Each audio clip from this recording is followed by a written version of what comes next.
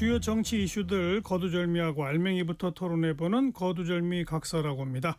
더불어민주당 대변인 장윤미 변호사, 국민의힘 대변인 지내신 송영훈 변호사 두 분 오늘도 나오셨습니다. 어서 오세요. 네, 안녕하세요. 네, 안녕하세요. 금주의 뜬 인물 장윤미 변호사 누굽니까? 고민을 하다가 그래도 팩트시트가 저희가 국민분들께 이제 설명드렸던 대로 나왔고, 사실 아까도 전반부에서 김용태 의원이 이제 평가하시는 것도 들었는데, 이거는 뭐 진보 보수를 가르는 이슈도 아니고 핵 잠수함이라는 게 명문화됐다라는 건 뭐 보수 언론에서도 상당히 잘 됐다고 평가할 수밖에 없는 그런 지점이 있는 것 같아서 이번 주는 이재명 대통령 한번 꼽아봤습니다. 네. 송영훈 변호사 금주의 뜬 인물. 예, 박수근 신임중앙노동위원장입니다. 한양대 법학전문대학원 명예교수죠. 어제 그 장차관급 인사가 발표되면서 장관급인 중앙노동위원장에 기용이 됐습니다. 그런데 이분이 또 18기입니다.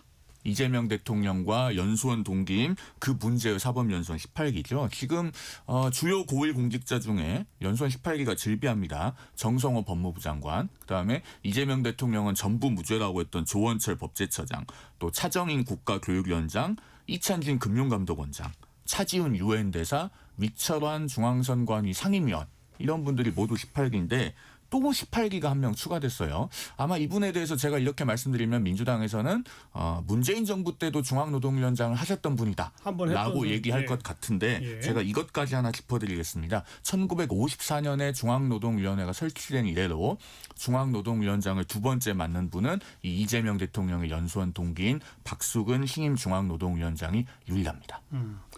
금주의 진인물 장윤미 변호사. 저는 장동혁 대표 꼽아봤는데요. 사실 지난주에 광주 갔을 때도 당내에서 이거 좀 너무 뜬금없다.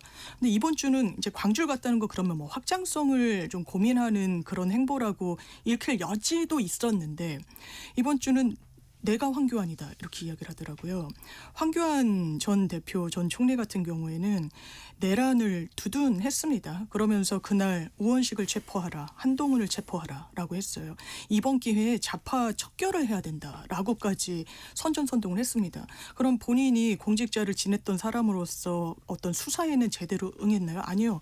체포영장이 발부됐는데 부득불 거기에 이제 한 거를 하면서 본인 지지자들에게 막아달라고 호소까지 한 거예요. 그러니까 이제 영장 청구까지 갔던 건데, 그건 사실 끊어내야 되는 하나의 사실관계로 보이는데, 장동혁 대표가 우리가 황교안이고 내가 바로 황교안이다. 그러니까 의원총회 할 때 의원들이 물었다는 거 아닙니까? 이거 어떻게 나온 발언이냐? 즉흥적이냐? 아니면 그 상황이 뭐 연설을 약간 좀 즉흥적으로 하는 분위기로 보이기도 하더라고요. 그러니까 아니 계획된 발언이었다. 이젠 전쟁이다. 이런 이야기도 그날 했었거든요. 이거 대단히 국민의힘을 어쨌든 보수 가치를 민주당이 좀 견제하는 게 있지 않습니까? 핵잠수함도 그렇고 뭐 코스피 지수도 그렇고. 근데 너무 극으로 가니까 그 운동장을 완전히 빼앗기고 있다. 이런 생각이 듭니다. 뒤에서 그 황교안 전 총리에 대한 얘기는 하겠지만 짧게만 말씀드리면 뭐 우리 방송 매주 보시는 분들은 아실 텐데, 저는 그 우리는 황교안이다에서 우리에서 좀 빼줬으면 좋겠습니다. 저는 그렇게 생각하지 않습니다. 송영훈 변호사 금주의 진인물. 예, 이번 주도 유감스럽게도 정성호 법무부 장관입니다. 지난주에는 이 대장동 항소 포기 사건 자체 때문에 금주의 진인물이었다면 이번 주에는 월요일에 도어 스태핑을 했었죠. 거기에서 거짓 주장을 하고 진실되지 못한 해명을 했기 때문에 진인물입니다. 정성호 법무부 장관이 월요일에 도어 스태핑하면서 뭐라고 했냐면, 부패재산 몰수법에 의하면 몰수나 추징은 피해자가 없는 경우에 하는 겁니다 하면서 심지어 언론인들이 잘 써줬으면 좋겠어요 라고까지 했어요. 이거 완전히 거짓말이거든요. 왜냐하면 부패재산 몰수특례법 6조 1항하고 2항을 보면요, 범죄 피해자가 피해 회복이 심히 곤란하다고 인정되는 경우에 몰수 추징을 할 수 있다고 되어 있고요. 그렇게 해서 그 법에 따라 몰수 추징된 범죄 피해 재산은 피해자에게 환부한다. 이렇게 써 있습니다. 그러니까 오히려 전형적으로 피해자가 있을 때 하는 경우고요. 이 법이 2008년에 만들어졌는데 노무현 정부에서 정부 발의로 만들어졌습니다. 그리고 정성호 의원도 그 당시 이 법에 찬성했습니다. 법이 만들어질 때부터 대표적으로 범죄 피해 재산으로 규정하고 있었던 것이 바로 사기, 횡령, 그리고 배임입니다. 그런데 정성호 장관이 본인이 찬성했던 법률조차 부인하면서 이렇게 정반대의 거짓 주장을 했고요. 또 한 가지 진실되지 못한 해명을 했죠. 신중하게 고려하라고 했을 뿐이다 라고 했는데, 이 관가에서 통용되는 법칙이 있습니다. 신중 검토는 강한 반대를 의미하고, 추후 검토면 어느 정도 반대고, 그다음에 보완 검토면 그거보다는 좀 더 약한 반대고, 입법 정책적 문제다. 이제 이 정도까지 가야 중립 내지는 찬성인 거예요. 그러면은 신중하게 고려하라고 했다는 것은 본인이 결국은 항소하지 말라고 얘기했다는 것이 다름 아닌데 여전히 진실되지 못한 해명을 하고 있다고 보입니다. 네. 이따가 또 한 번 더 얘기하고요. 일단 어제 공개된 팩트시트부터 아까 장윤미 변호사가 긍정적 평가를 했으니까 송영훈 변호사는 어떻게 평가하세요? 저는 이거 좀 걱정이 많이 돼요. 일단은 뭐 연간 그 200억 달러까지 내기로 했다고 하는데 전체 규모부터 먼저 좀 따져보죠. 김용범 정책실장이 지난 7월 31일에 관세 협상이 이른바 타결됐다고 하면서 브리핑을 할 때는 대출 보증 그리고 지분 투자가 섞여 있지만 그중에 지분 투자는 5% 미만이 될 것으로 기대한다. 이렇게 명시적으로 언급을 했었습니다. 그런데 결국은 총액은 2천억 달러잖아요. 그럼 10배가 넘어갔어요. 그럼 이것부터 사실은 자화자찬하면 안 되는데 어제 김정관 산업부 장관이 MOU 체결에 관해서 브리핑을 하면서 이런 표현을 썼습니다. 미국은 3,500억 달러 투자해달라고 했는데 우리가 2천억 달러로 43% 줄였다. 43% 줄어든 게 아니고요. 우리 정부가 애초에 국민들께 말씀드렸던 것보다 10배 이상 늘어난 겁니다. 그걸 짚어보고 싶고 그다음에 연간 200억 달러를요. 외환 시장에 영향을 미치지 않고 조달하기가 극히 어려워요. 왜냐하면 작년에 한국은행이요. 그 외화로 된 재산을 운용해가지고 얻은 연간 수익이 한 12조 9천억 원 정도 됩니다. 근데 그중에 30%는 한국은행법에 따라서 유보해 둬야 됩니다. 적립을 해야 돼요. 그거 빼면 한 9조 됩니다. 근데 그 숫자도요. 2018년부터 최근 7년 동안 두 번째로 높은 숫자입니다. 근데 매년 200억 달러면요. 지금 환율로 한 29조 되거든요. 부담이 되죠. 그러면은 9조 정도를 거기에다 모두 쓴다고 해도 나머지 20조는 외환 시장에 영향을 미치지 않고 조달할 네. 방법이 없어요. 네. 결국은 국채 발행해서 빚을 내든가 그렇게 해서 결국 달러는 외환 시장에서 사야 될 겁니다. 이걸 어떻게 하겠다는 건지 저는 좀 잘 이해가 안 돼서 여러 가지로 우리가 그 비준 절차 예. 내지는 비준에 준하는 절차를 통해서 국회에서 따져봐야 될 점 많다고 생각합니다. 장 변호사. 그러면 저는 국민의힘에 좀 여쭙고 싶은 게 있는 거예요. 이게 외교라는 게 절대평가라는 게 있지 않습니까? 대통령께서도 이야기를 했듯이 우리가 비자발적으로 이 교섭을 하게 된 부분이 있어요.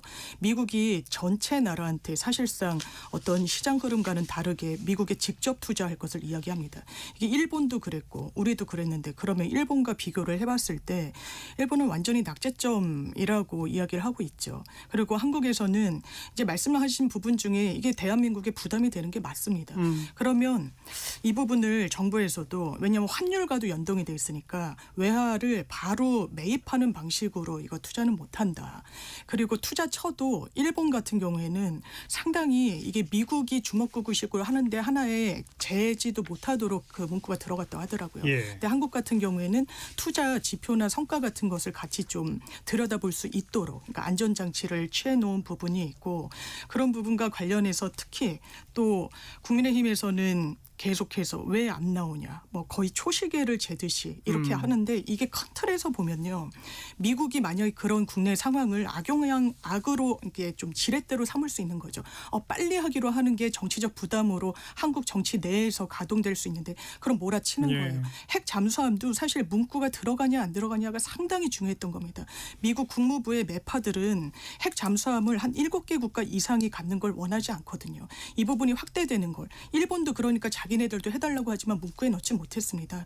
이런 부분과 관련해서 큰 틀 물론 완전히 100% 100점이라고 할 수 없겠죠. 상황이 예, 그러니까 예. 어느 국가도 거기에서 열애일 수 없다는 그래요. 점 말씀드립니다. 두 근데- 분 말씀이 다 옳은 게 지난번 이재명 대통령이 미국 갔다 온 직후에 발표한 거에 비해서는 아주 잘못됐고 그러나 일본이 한 것보다는 훨씬 잘했고 뭐 둘 다 맞는 말인데 아까 비준 얘기 꺼낸 걸로 바로 좀 넘어갔으면 좋겠는 게 장동혁 대표는 좀 심한 표현이지만 백지 시트다 뭐 이렇게 혹평까지도 내놓고 반드시 국회에서 비준을 받아야 한다라고 했는데 이 비준 여부에 대해서 민주당은 방침을 정했습니까? 아니 아직 완전히 확고하게 어떤 공식 입장이 나오진 않은 것으로 알고 있고요. 강훈식 이제 실장 등이 국회에 나왔을 때 이 부분과 관련해서는 뭘 하나 뭐 고집한다 이런 취지로 답변하지는 않고 열어놓고 그 또 제출된 안에 대해서 또 내용을 보고 결정해야 되는 게 맞지 않나 이런 입장인 것 같습니다. 팩트시트가 나와 있으면 그 팩트시트가 비준의 대상인 거예요? 뭐가 되는 거예요? 법률적으로는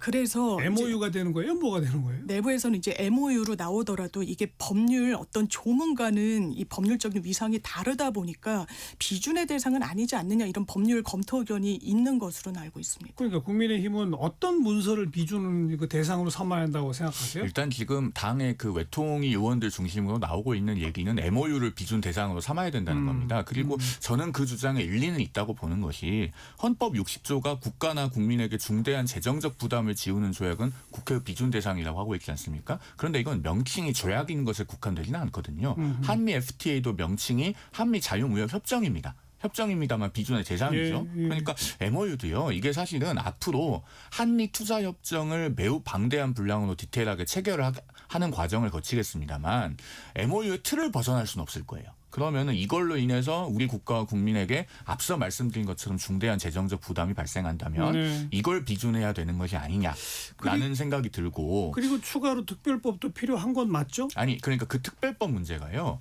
자 정부가 국회에 발의를 하는 거는 빨리 해야 될 수도 있어요. 우리 정부가 그 트럼프 대통령이 행정명령에 서명한 8월 7일로 소급해서 자동차 등 관세를 돌려받도록 협상하는 데 실패했잖아요. 우리가 발의한 달에 1일부터라고 돼 있으니까 그렇게 한다고 해도 빨라도 11월 1일이니까 그러니까 석 달 차이 나는 거죠.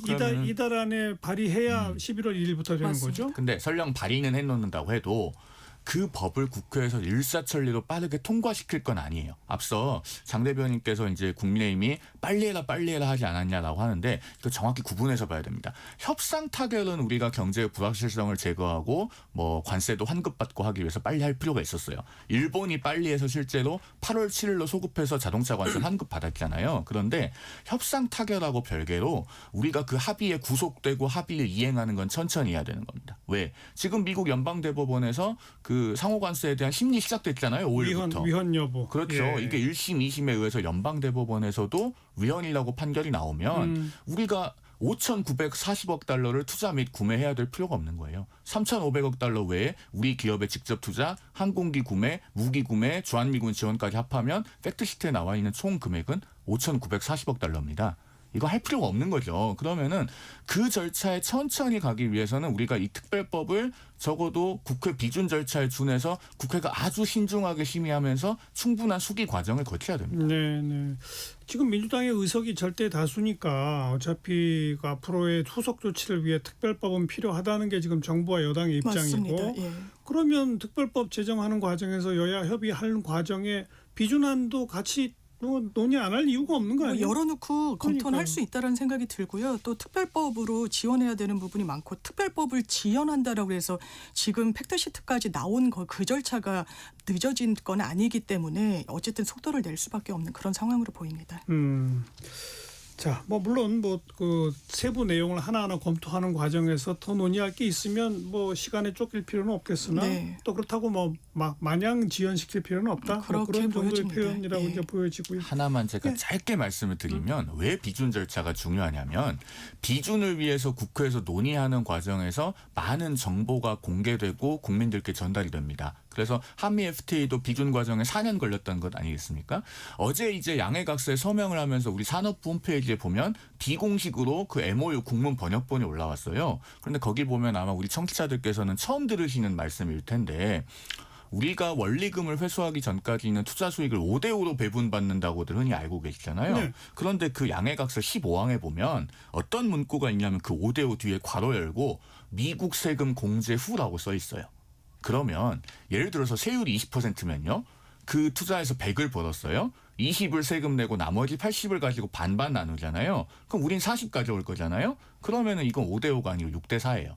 자, 이런 것들을 국회에서 비준 절차 혹은 적어도 비준에 준하는 절차를 거쳐야 정보가 투명하게 공개되고 우리 대한민국이 그리고 국민들께서 알고 판단하고 결정하실 것 아니겠어요? 그런 점에서 절차가 중요하다고 말씀을 드리는 겁니다. 수익이 생겼는데 세금은 내야 하니까 세금 공제 후다.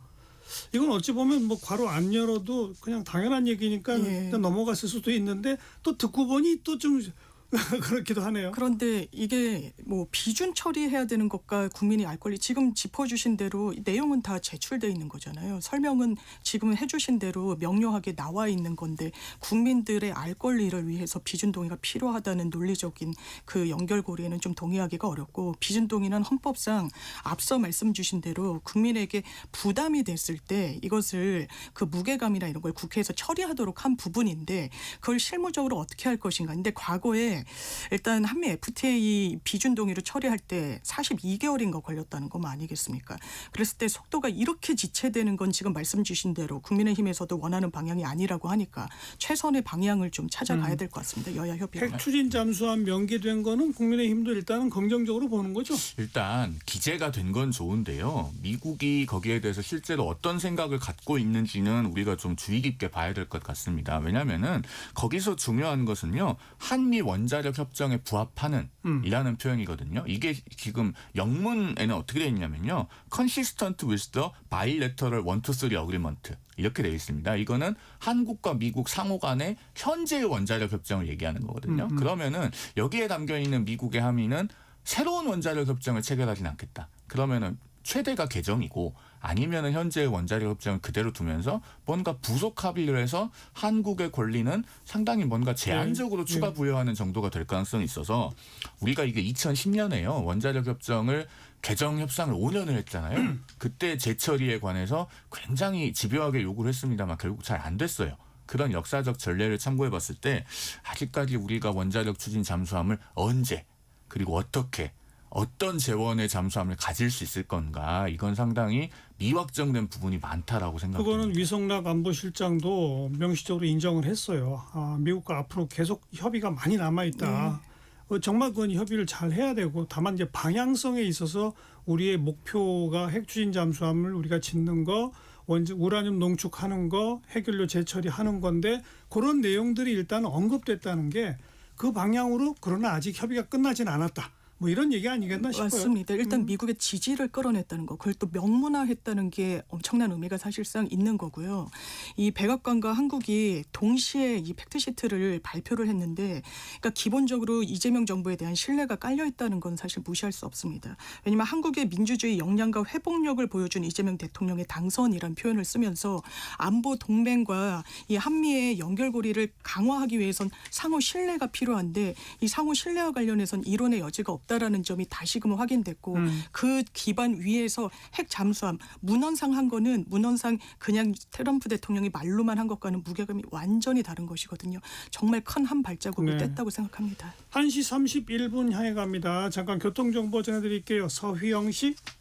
네, 단풍놀이 명소마다 차량들이 많습니다. 이 시기 사고 위험도 높아지는데요. 앞차와의 안전거리 충분히 두시고요. 한두 시간마다 휴게소와 졸음쉼터에 들려서 휴식을 취하시기 바랍니다. 극심한 정체는 풀려가고 있는데요. 상행선 차량들도 점차 늘고 있습니다. 먼저 서울 양양고속도로 양양 쪽 서양양 부근에 발생한 사고 처리하고 있고요. 중부 내륙고속도로 창원 방향은 문경세제에서 밀리는데 1차로에 발생한 사고 때문입니다. 서해안고속도로 서울 쪽으로 매송휴게소에서 팔곡 분기점까지 정체인데요. 그 사이 용담터널에 사고 있고요. 일직에서 금천까지 밀립니다. 평택 제천고속도로 제천 방향입니다. 금광 1터널에서 금광 3터널까지 속도 더딥니다. 또 경부고속도로 부산 방향은 북천안에서 천안 호두 휴게소 지나 남이 분기점까지 가다서다 반복되고요. 영동고속도로 강릉 방향은 용인에서 양재까지 흐름 더딥니다. KBS 교통정보센터였습니다.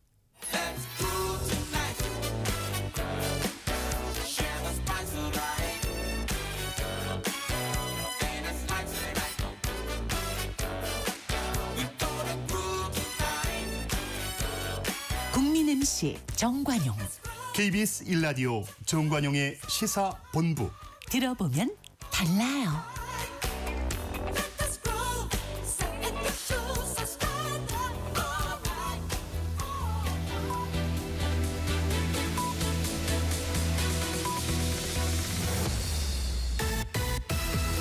고두절미 각설하고 고고고. 갈 때까지 가보자. 정관용의 시사본부.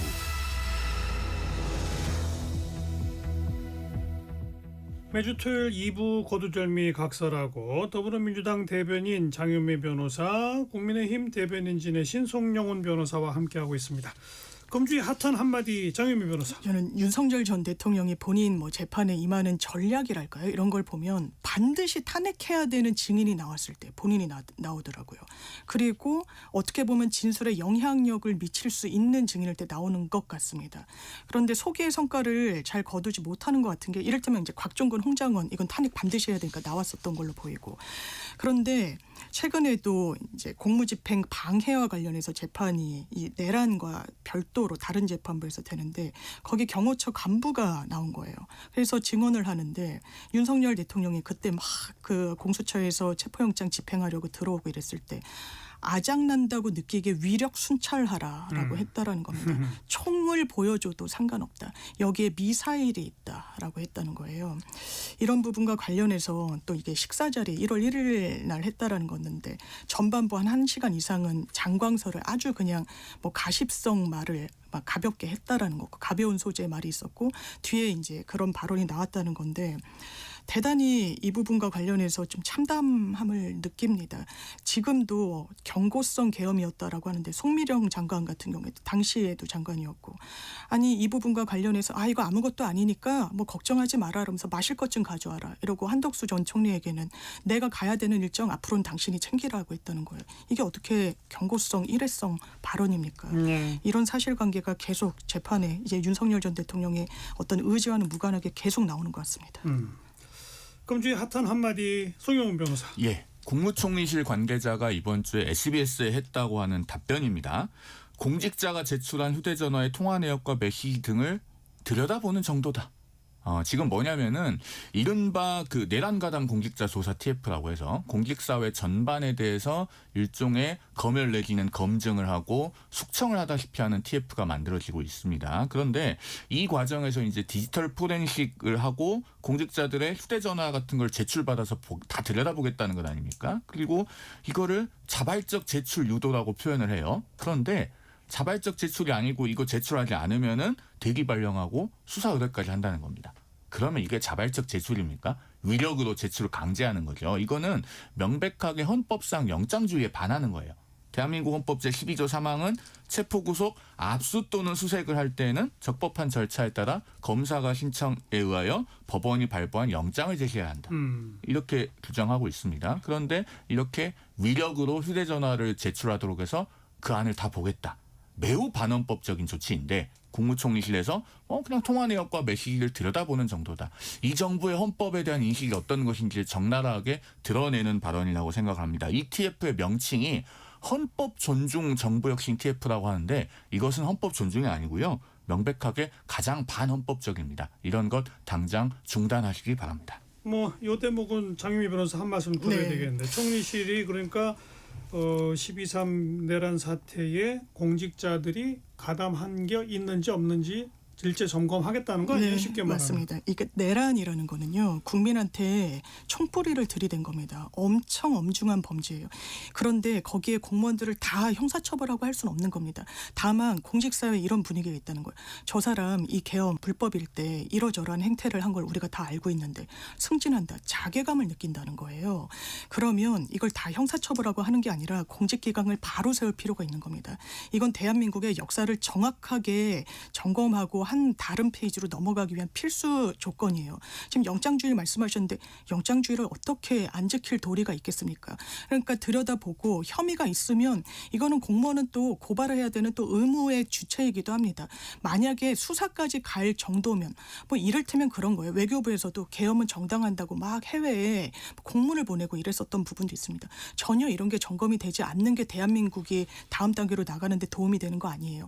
자발적으로 문자나 휴대전화 같은 걸 볼 수 있으면 보고 그런데 안 하면 그걸 어떻게 강제할 수 있겠습니까? 왜냐하면 수사권이 없는데요. 다만 그런데 명징한 어떤 혐의가 있던 걸로 보이면은 그거는 수사 의뢰를 또 안 할 도리도 없는 거예요. 그 정도 선에서 이해해 주시면 될 것 같습니다. 제가 도저히 납득이 안 되는데요. 이거 앞서 그 금주에 핫한 한마디 말씀하실 때 송미령 농림부 장관 얘기도 했잖아요. 당시에 국무회의에 영문도 모르고 불려간 장관들 대부분이 그 자리에서 계엄한다는 얘기를 처음 들었어요. 아마 김용현 전 국방장관 정도가 일찍부터 같이 모의했으니까 알 거고 이상민 전 행안부 장관 정도가 아마 계엄 당일쯤 돼서 단전단수 지시에 가담했으니까 알고 뭐 이런 식이었겠죠. 그러면 장관들도 대부분 모르는 거를 차관 이하나 실국장들이 어떻게 알고 그 6시간 만에 끝난 계엄에 가담을 해서 뭘 했다는 겁니까? 이거는요.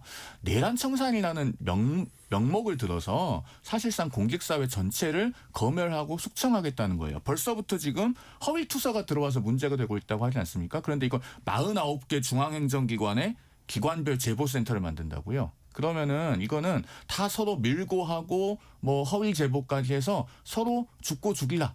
라고 하는 것을 다름 아닌 거예요. 이게 어떻게 헌법이 있고 법치주의가 있는 국가에서 이렇게 할 수 있는가 저는 이해가 되지 않습니다.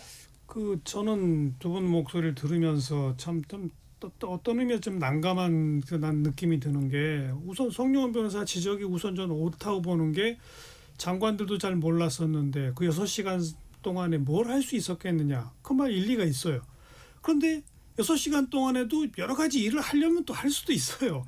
실제로 또 어떤 일을 하려고 했던 사람들도 있었다라고 하는 증언들도 있고 특히 대표적인 게 군인들 장성들이 버스 타고 서울로 오려고 했었다. 뭐 이런 내용들은 지금 이미 밝혀진 사실 아닙니까? 근데 그밖에 이제 아까 장윤미 변호사가 말한 이런저런 투서가 있고 뭐 제보가 있다라고 했는데 그 투서와 제보가 허위인지 아닌지를 모르는 상태에서 가만히 있을 수도 없고 전수조사를 하자니 또 공무원 너무 저거 한다라고 비판이 있을 것 같고 좀 난감하네요. 정말. 아니, 정말로 이게 무슨 범죄 혐의가 있으면요. 고발을 해서 특검이 수사하게 해야죠. 예를 들면 자 잠깐만요. 바로 이제 장윤미 변호사 아까 논리가 고발해서 특검 수사하기 전 단계로 한번 들여다보자는 거다. 이런 거거든요. 그거를 5만 공무원들을 개괄적으로 다 휴대폰을 제출하기 위해서 들여다본다고요. 그거는 아니, 그러니까 그거는 지금 명확하지 않죠. 휴대폰을 전부 제출받아서 강제로 문자를 그런 열 건 수는 아닙니다. 없다고 하는 예, 거니까. 아니 근데 총리실 관계자는 그거는 그러니까 확인이 필요하다는 거죠. 이게 영장 없이 휴대전화를 제출받아서 문자를 다 공개해본다? 이거는 사실상 법정으로는 안 되는 건데 총리실 관계자가 그걸 분명히 그렇게 언급한 건지는 저는 확인해야 할 대목이라고 생각이 돼요. 야, 요 얘기는 요 정도 하고요. 아까 이제 뜬인물 진인물에서 언급됐던 저는 금주에 한마디에 그게 나올 줄 알았는데 내가 황교안이다가 나올 줄 알았는데 예, 근데 앞에 또 장동규 이제 투표 앞에 뽑아서 예. 하셨고 네. 거기에 대해서는 송영원 변호사도 우리에서 저는 빼주세요 했으니까 별로 할 얘기 없죠. 그렇죠. 그리고 이게 옳지도 않고요. 전략적으로 당에 도움도 안 돼요. 근데 당에서 여기에 대해서 좀 조직적 반론이 안 나오네요. 그런데 아마 이 부분에 대해서는 장동혁 대표도 어제 나온 여론조사 보고 많이 느꼈을 거라고 저는 생각합니다. 오늘이 15일이니까 이번 주 11일부터 13일까지 한국갤럽이 실시한 자체 조사입니다. 그 밖에 자세한 사항은 중앙선거 여론조사 심의위원회 홈페이지 참고하시면 되고요. 지금 이재명 대통령의 지지율이 이 전대미문의 항소 포기, 7천억 추징 포기 사태로 한 주 만에 4%가 내려갔어요. 그리고 부정평가는 3%가 올라갔습니다. 그러면은 긍정 부정 마진을 7%를 한 주 만에 까먹은 거잖아요. 그런데 이 상황에서 국민의힘 정당 지지율이 2%가 내려갔어요. 도로 내려가서 24%가 됐습니다. 그거 왜 그랬겠습니까? 이번 주에 우리가 황교안이다. 이런 것 하는 바람에 또 지지율이 하락했다라고 보는 게 자연스러운 해석일 거예요. 이쯤 되면은 당 지도부가 이런 전략, 기조, 메시지, 노선 이런 것들이 옳은지 저는 총체적으로 재점검할 때가 됐다고 생각합니다. 재점검할 생각이 없는 것 같죠? 저는 그럴 능력이 좀 없는 것 같아요. 장동혁 대표가 뭐 1.5선이라고도 지칭되지만 정치적 구력이 많은 그런 분도 아니고 그 당내 인사분들 말씀드렸을 때 의사결정이 다소 좀 지체된다는 이야기도 없지 않아 나오고 그러니까 정치력이라는 게 사실상 전 이제 뭐 여러 생각이 드는 게 정치도 전문가들이 하는 거예요. 외부에서 수혈되고 이런 분들이 이게 정치 역량을 아주 기량껏 발휘한다는 인상을 잘 못 받습니다. 그렇다면 장동혁 대표 도 전형적인 그런 분이라는 생각이 드는 게 아주 어떻게 보면 국민들이 볼 때 얄팍한 계산을 하는 것 같아요. 그래? 왼쪽으로 가려면 광주? 광주 한번 가보자. 오히려 근데 역풍이 불었죠. 이거 뭐 이런 상황을 의도한 거 아니야? 라고 그 의도 자체도 이제 좀 훼손이 될 정도로 그러면서 바로 또 얼굴을 안면을 바꾸고서는 우리가 황교안이다 라고 이야기했을 때 국민의힘 의원들도 얼마나 이게 황당하겠습니까? 그런데 황당하죠. 수면 위로 딱 드러나도록 이런 얘기 왜 못하냐 우리가 뭐 이런 취지로 이야기하는 의원들도 있고 참 안타깝습니다. 그나저나 이 구속영장 기각된 거는 우리 송 변호사는 어떻게 평가하세요? 근데 이게 체포영장하고 구속영장이 발부 요건이 다르잖아요. 그러니까 체포영장은 그 출석 요구에 응하지 않거나 응하지 않을 우려가 있을 때 발부하는 거니까 계속 출석 요구에 불응해서 발부됐을 겁니다. 그런데 구속영장은 도주 또는 증거인멸의 우려가 있어야 되는데 일단 그 황교안 전 총리는 신분이 확실한 사람이라 뭐 도주할 가능성 없다고 보면은 증거는 다 수집돼 있어요. 그러니까 그게 범죄 성립 여부를 떠나서 SNS에 공개적으로 적시한 그거들죠. 심지어 지금도 남아 있습니다. 그래서 당시에 이제 그 12월 4일 새벽 0시에서 1시 사이죠. 한창 계엄군이 국회에 들이닥치고 있을 무렵에 대통령의 조치를 방해하는 우원식 국회의장 체포하라, 한동훈 전 국민의힘 대표도 체포하라. 이게 지금 주된 혐의가 되고 있는 거니까 증거는 다 수립되어 있어서 구속영장의 요건은 안 됐을 거라고 생각합니다. 다만 구속 여부와 별개로 앞서도 말씀드렸듯이 우리가 황교안이다가 옳은 것도 아니고 황교안 전 총리가 했던 그런 메시지도 올바른 것이 아닙니다. 당연히 잘못된 거고 다만 그게 형사적으로 내란 선동죄가 될지는 특검이 입증해야 될 몫입니다. 왜냐하면은 이게 내란 선동죄가 성립을 하려면은 그 선동의 대상에게 어떤 결의를 불러일으키게 할 수 있는 것이어야 되는데 황교안 전 총리가 이제는 뭐 정치권에서 상당히 많이 잊혀진 인물 비슷하게 되다시피 했기 때문에 그 당시에 그런 정도의 영향력이 있었는지는 사실 우리가 좀 따져볼 지점이 있지 않을까라는 생각도 의견해 봅니다. 법원이 판단하겠죠. 법원 판단 어떻게 보세요? 그러니까 수사팀에서는 이분이 체포영장이 발부됐는데 일단 문을 안 열어주고 예. 극렬 저항을 한 거 아닙니까? 예. SNS는 자기 지지자들한테 집 주소까지 공고를 했더라고요. 달려와 달라는 취지였습니다. 대단히 비난 가능성이 높은 거예요. 그리고 공무집행을 또 방해했다는 점에서 별도의 혐의가 하나 더해지는 거기도 하고 그럼 수사팀은 한번 법원 판단을 받아보고자 하는 동의는 있었을 것 같습니다. 이렇게까지 하는 게 이게 그리고 보통 인물이 아니잖아요. 퍼블릭 피규어는 더 공적 책임을 많이 이제 예. 인정하는 게 법원 태도기도 하니까 한번 법원 판단을 받아보자. 근데 이제 말씀 주신 대로 이게 증거가 다 유튜브, SNS 예. 이제 남아 있고 이게 선전선동이라고 그 법원의 틀거리에 그 법문의 틀거리에 넣을 수는 있는데 이게 본인의 뭐 페이스북 이런 거에 올린 거란 말이에요. 그럼 이 글을 올린 것만으로 구속의 필요성이 있을 그러니까. 것인가? 또 증거인멸을 이게 다 남아 있고 체증이 네. 끝나서 영장 발부 가능성은 그래서 뭐 어떤 여야 뭐 이런 걸 떠나서 법조인들이 다소 낮게는 그죠? 전망을 했던 것 같습니다. 저도 그런 논리로 아까 그런 언급을 했어요. 그 굳이 구속영장까지 청구했어야 하나? 뭐 명확히 드러나 있는 일종의 범죄 혐의인데 기소해서 형량이 어떻게 나오는지만 판단해 보면 되지 않을까? 뭐 이런 생각이 좀 들긴 하더라고요. 그 대목은. 예, 그런데 아마 앞서서 막아서고 예, 뭐 이런 예. 부분이 좀 작용한 것 같습니다. 자, 뭐 여전히 계속 쟁점이 되고 있는 대장동 항소 포기.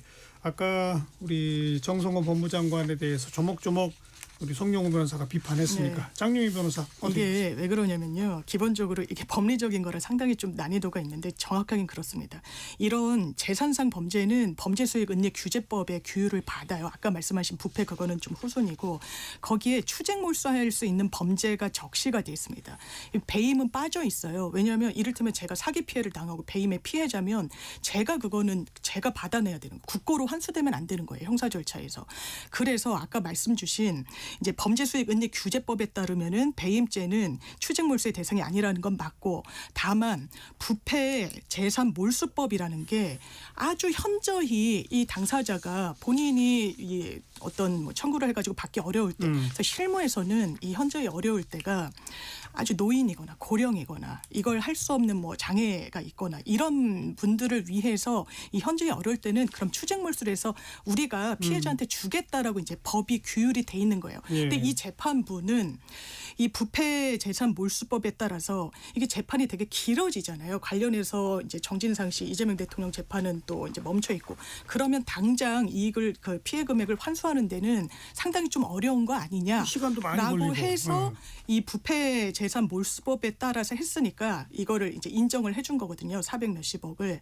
그러니까 정성호 장관은 이게 원칙적으로는 배임죄라서 이게 몰수 추징의 대상이 되지 않는다 걸 이게 한마디로 얘기를 하다 보니까 이 맥락은 조금 전부 설명되진 않았다라는 것이고 그리고 저는 국민의힘에 여쭤보고 싶은 게 지금 국민의힘 소속의 신상진 성남시장이 이런 한 푼 손해보지 않도록 성남시가 최선을 다해 하겠다라고 하는데 안 된다, 못 한다.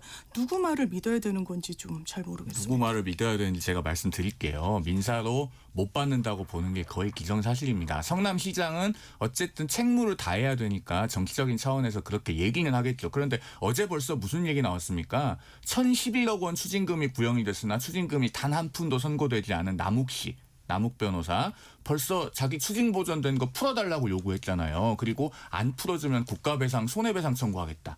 라고까지 한 상황입니다. 이 남욱 변호사는요. 항소심에서도 절대 추징금이 올라갈 수가 없어요. 왜?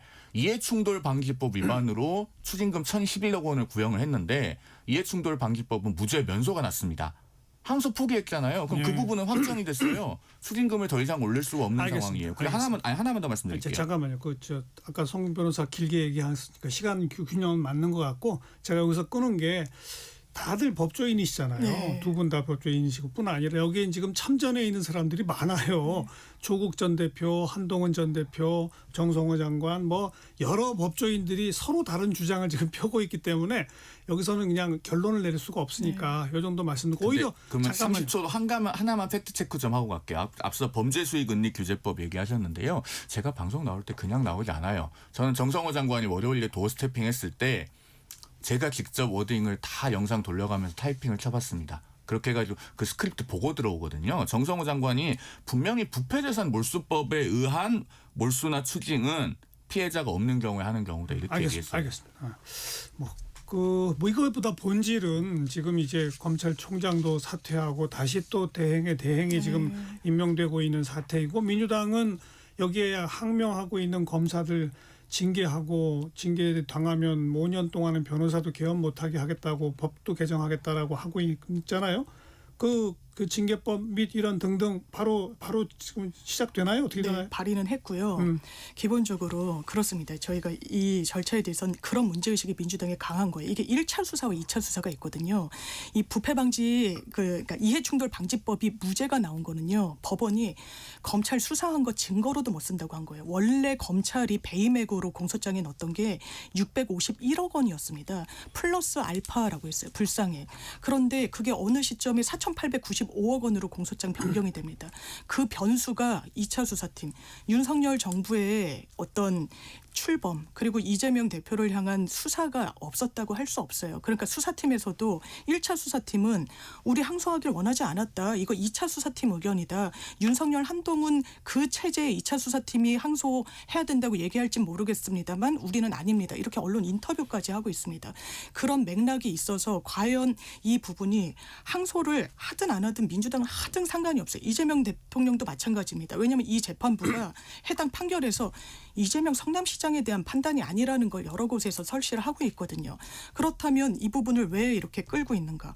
검찰이 어떻게 보면은 정말 이걸 집단 항명을 하고 있는 부분이 있다. 2차 수사팀의 좌장격인 강백신 검사가 지금 그러고 있고 네. 그러면서 문제의식이 검찰 징계 파면이 없습니다. 일반 공무원은 파면 해임부터 그렇죠. 이제 시작하는데 그걸 균형을 맞추자는 이야기까지 나오는 거죠. 그 제가 들어보니까요. 민주당이 항소 포기와 매우 밀접한 관련이 있네요. 민주당 관련 없다고 강변하시는데 아니 그러면 왜 정청래 대표가 나서서 이걸 항명이라고 합니까? 설령 내부적으로 검찰 내부에서 뭐 검찰의 수장이 이거 항명이야라고 하는 것도 아니고 그죠? 그리고 항명이라고 하는 건 명을 전제로 하는 거예요. 그러면은 정성호 장관이 실질적인 수사 지휘를 한 거라고 민주당이 인정하는 겁니다. 그리고 왜 이 시점에 그러면 검사징계법을 개정을 해서 검사들 파면할 수 있게 하겠다는 거예요. 이거는 결국 검사들이 이 전대미문의 항소 포기와 추징 포기에 대해서 반발하니까 보복하는 것이고 앞으로 더 나아가서 더 전대미문의 조치를 해도 검사들이 대들 수 없게 길들이겠다는 것 아니겠습니까? 이런 전대미문의 항소 포기조차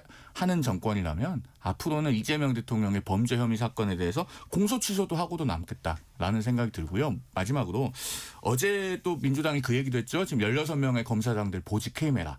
이런 것들을 민주당이 앞장서서 나서서 하고 있습니다. 결국은 이런 민주당의 일련의 행태들은요. 우리가 김만배다. 라고 하는 것을 온몸으로 외치고 있는 것이다 라는 말씀을 드립니다. 이게 뭐 그냥 조용하던 시기에 있었던 일도 아니고 검찰청이 이제 해체되게 됐고 내년이면은 해체가 되고 보안 수사권을 주느냐 마느냐 등등이 아직 논의 과제로 남아 있는 맞습니다. 이런 여건에 검사들의 어떤 행동에 대해서 정치적 의미 부여를 하고 검사 징계까지도 더 강화시키겠다라고 하는 게 어찌 보면 검찰 개혁을 둘러싼 힘겨루기의 연장선상으로까지 지금 번지고 있는 거 아니겠어요? 어디로 갈지 모르겠네요. 그런데 이를테면 법 금년 안에 처리합니까? 아마 처리 징계법? 그러니까 이제 많은 기자분들도 마지노선이 그럼 올해냐 이러는데 그러니까요. 뭐 올해로 저희가 선 긋고 뭐 반드시 이렇게는 말씀드리지 아직은 아니다. 않았고 일단 할 수 있는 차근차근의 과정을 거치겠다는 거고 이를테면 이 선생님들께서 세월호에 대해서 문제의식을 막 드러내셨던 적이 있어요. 그 정부가 뭐 하는 거냐. 징계했습니다. 왜냐하면 공무원법이 그렇게 돼 있어요.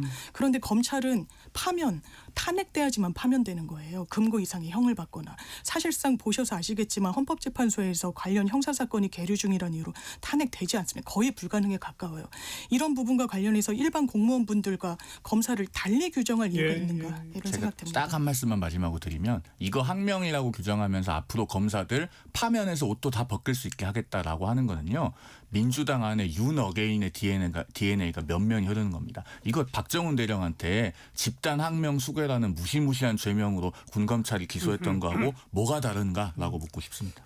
저는 평상시에 검찰의 특권 중에 하나가 이 징계 조항이 다른 공무원과 다른 것이다라고 하는 주장은 뭐 항상 전 동의해 왔거든요.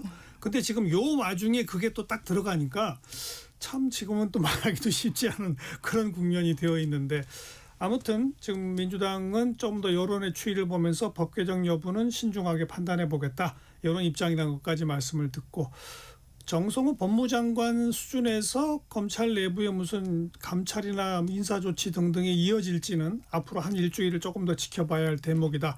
이 정도를 정리를 하겠습니다. 민주당 대변인 장윤미 변호사, 국민의힘 대변인 지내신 송영훈 변호사 두 분 수고하셨습니다. 고맙습니다. 감사합니다. 고은이 이정란의 사랑해요 들으시고 내일 뵙겠습니다. 안녕히 계세요.